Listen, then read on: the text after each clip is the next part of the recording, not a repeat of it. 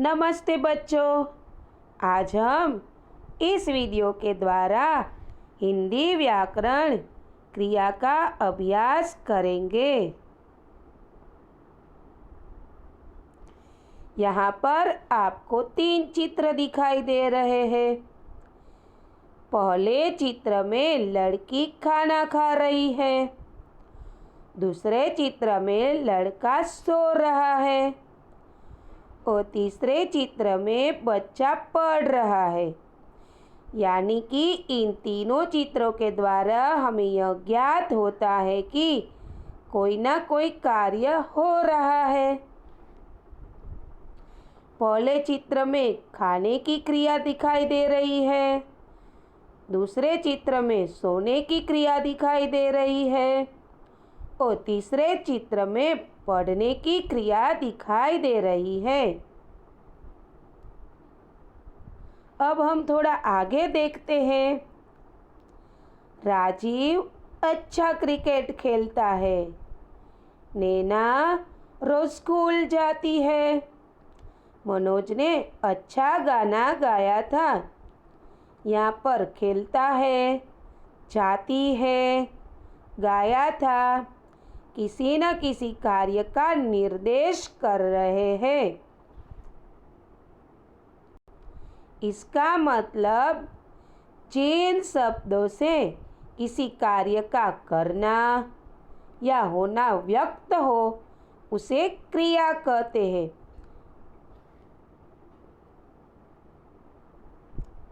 क्रिया जिस शब्द से बनती है उस शब्द में मूल धातु प्रयुक्त होता है।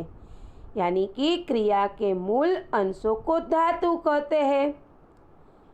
जैसे कि पढ़, लिख, हंस, चल, गा, सो, खेल, देख, सुन, यह सभी शब्द धातु है।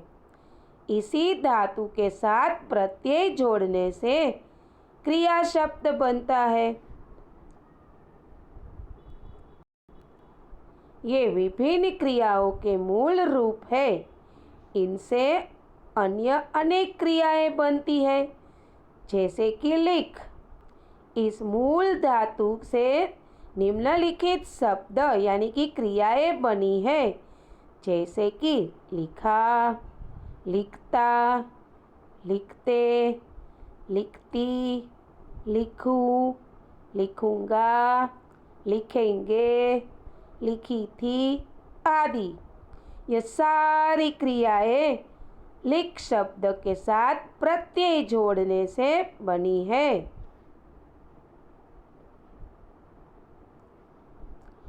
मूल धातु की पहचान। मूल धातु आज्ञार्थक रूप में तू के साथ प्रयुक्त होती है। जैसे कि तू खा, तू पढ़, तू लिख, तू जा, तू हंस, तू काट, तू उठ आदि। इस प्रकार मूल धातुओं की पहचान हो सकती है।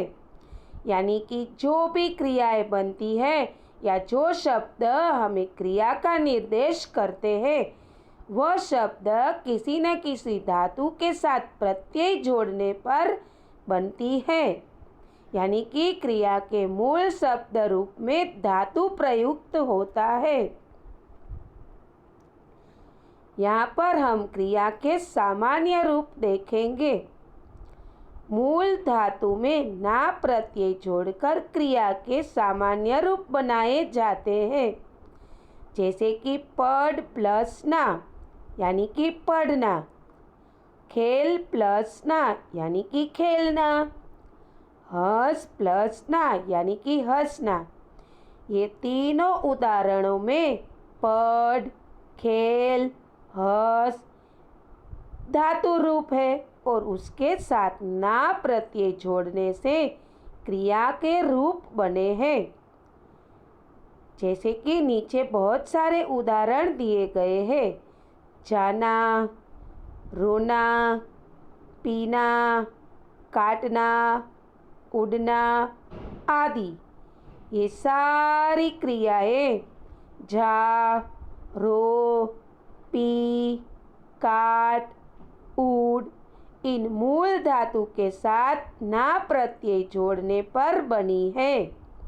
यानी कि अब आपको समझ में आ गया होगा कि क्रिया शब्द के मूल अंशों में धातु प्रयुक्त होता है।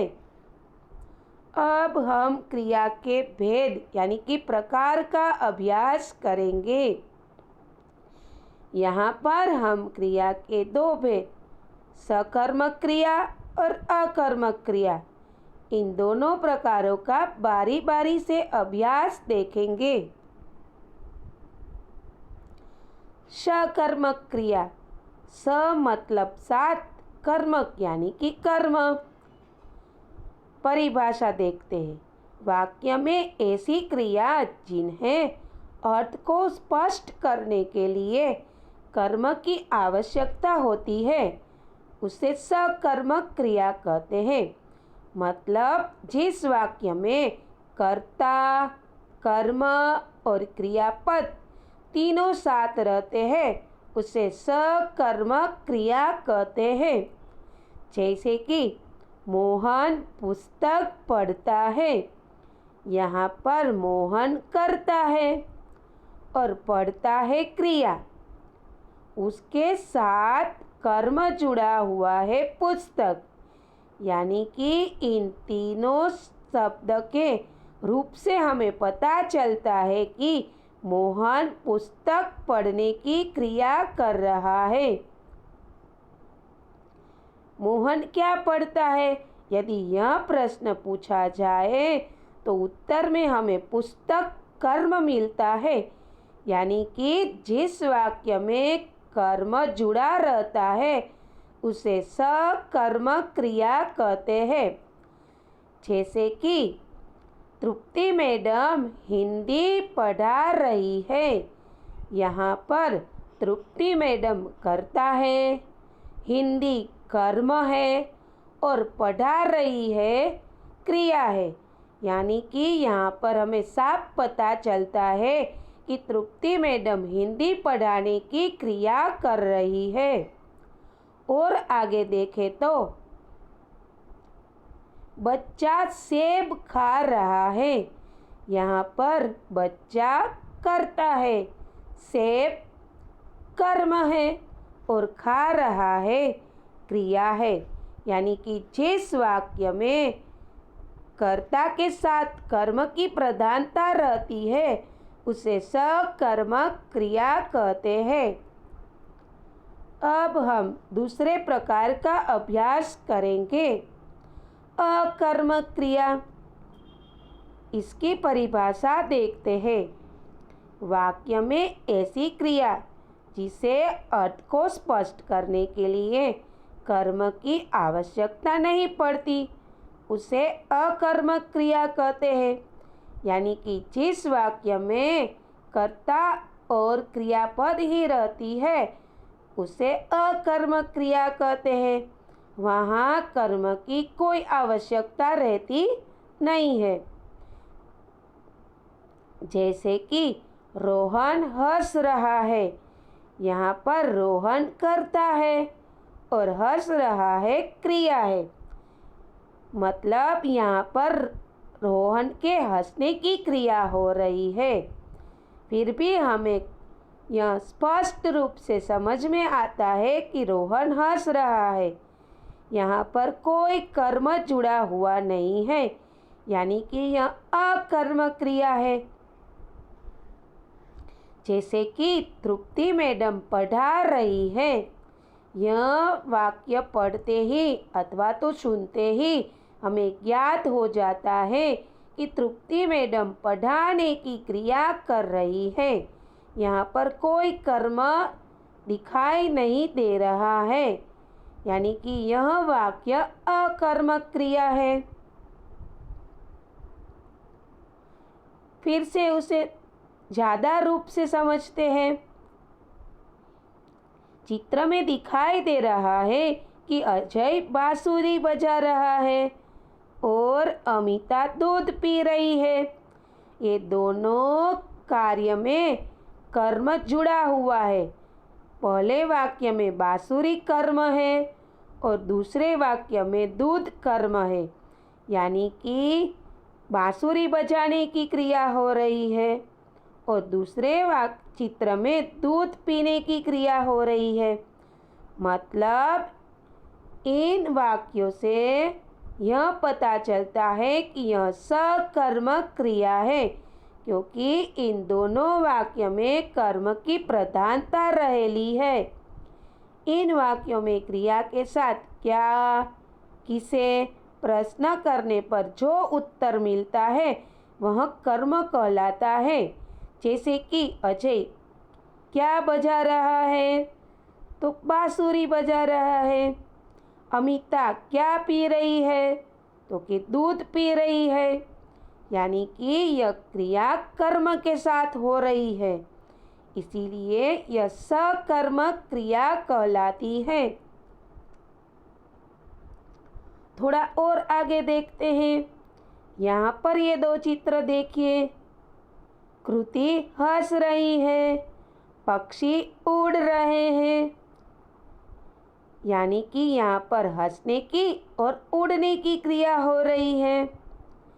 इन वाक्यों में क्या या किसे प्रश्न करने पर उत्तर नहीं मिलता, यानी कि इसका मतलब यह हुआ कि यहाँ पर स्पष्ट रूप से पता चल जाता है कि पक्षी उड़ रहे हैं और कृति हंस रही है। यहाँ कर्म की आवश्यकता नहीं रहती, यह क्रिया अकर्मक है। आपको इस वीडियो के द्वारा सकर्मक क्रिया और अकर्मक क्रिया का ज्ञान हो गया होगा। धन्यवाद।